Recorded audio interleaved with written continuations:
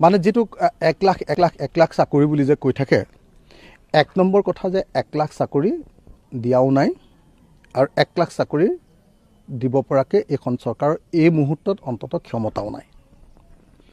এই যি 1 লাখ চাকৰিৰ কথা কৈ থকা হৈছে, এইবিলাক হ'ল আগতে খালী থকা চাকৰি। নতুনকৈ কোনো পদ সৃষ্টি কৰি 1 লাখ চাকৰি সৃষ্টি কৰা হোৱা নাই। আগতে আমাৰ যিবিলাক ৰিটায়াৰমেণ্টত গুচি গৈছে, যিবিলাকে ইতিমধ্যে অৱসৰ লৈছে, বছৰকে বছৰ ধৰি পোষ্টবিলাক খালী হৈ পৰি আছিলে, সেই খালী পোষ্টবিলাক পূৰণ কৰিবৰ কাৰণেহে এই ব্যৱস্থা লোৱা হৈছে। 1 নম্বৰ কথা। দ্বিতীয় কথা যে এতিয়ালৈকে সেই 1 লাখ চাকৰি নিযুক্তিৰ যিটো তেওঁলোকৰ কথকতা, তেওঁলোকৰ যিটো নেৰেটিভ, সেই নেৰেটিভ এতিয়ালৈকে সম্পূৰ্ণ কৰিব পৰা নাই। 1 লাখ চাকৰি এতিয়ালৈকে দিয়া নাই। মোৰ বোধেৰে এতিয়ালৈকে আধা সংখ্যকো চাকৰি তেওঁলোকে দিব পৰা নাই।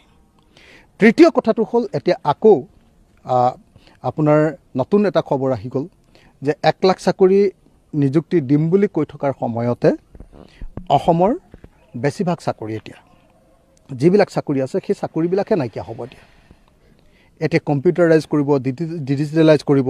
গতিকে মানুহক কৰ্মচাৰী আৰু দৰকাৰ নাই, খৰচ কমাই পেলাব আৰু খৰচ কমাই পেলাবলৈ গৈ আমাৰ সম্পূৰ্ণৰূপে পদৰ বিলুপ্তি ঘটাব। গতিকে এই গোটেই ঘটনাটোৰ পৰা এইটো কথা স্পষ্ট যে বিজেপি দল আৰু চৰকাৰে অসমৰ জনতাৰ কাৰণে নিবনুৱা সংস্থাপন দিবৰ কাৰণে, কৰ্মসংস্থাপন দিবৰ কাৰণে তেওঁলোকে পদ সৃষ্টি কৰা বুলি, তেওঁলোকে চাকৰি দিছোঁ, কৰ্মসংস্থাপন দিছোঁ বুলি যিটো ঢাকঢোল পিটি আছিলে, এইটো এটা সম্পূৰ্ণৰূপে এটা মই ভাবোঁ যে এইটো এটা মানে মিছা কথা এটা, এইটো এটা ভুৱা প্ৰতিশ্ৰুতি। তেওঁলোকৰ সেই প্ৰতিশ্ৰুতি মতে কোনো ধৰণৰ কাম আমি ক'তো কৰা দেখা নাই। গতিকে এই মুহূৰ্তত আমি স্পষ্টভাৱে অসম চৰকাৰক দাবী উত্থাপন কৰোঁ যে অতি সোনকালে 1 লাখ নিবনুৱাৰ নিযুক্তিৰ কামটো সমাপন কৰিব লাগে।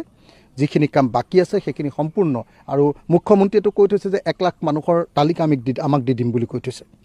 গতিকে 1 লাখ মানুহৰ তালিকাখন ল'বৰ কাৰণে আমি উদ্গ্ৰীৱ হৈ ৰৈ আছোঁ, কেতিয়া 1 লাখ তালিকা দিব।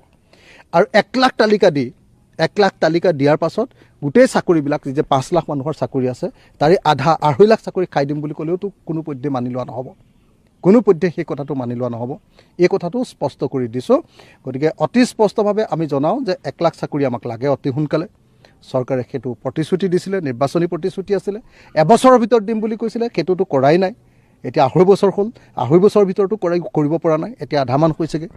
আৰু তাৰ পাছত যদি অসমৰ কিবা এনেকুৱা পদ বিলুপ্তি কৰিব খোজে, এইটো কেতিয়াও মানি লোৱা নহ'ব।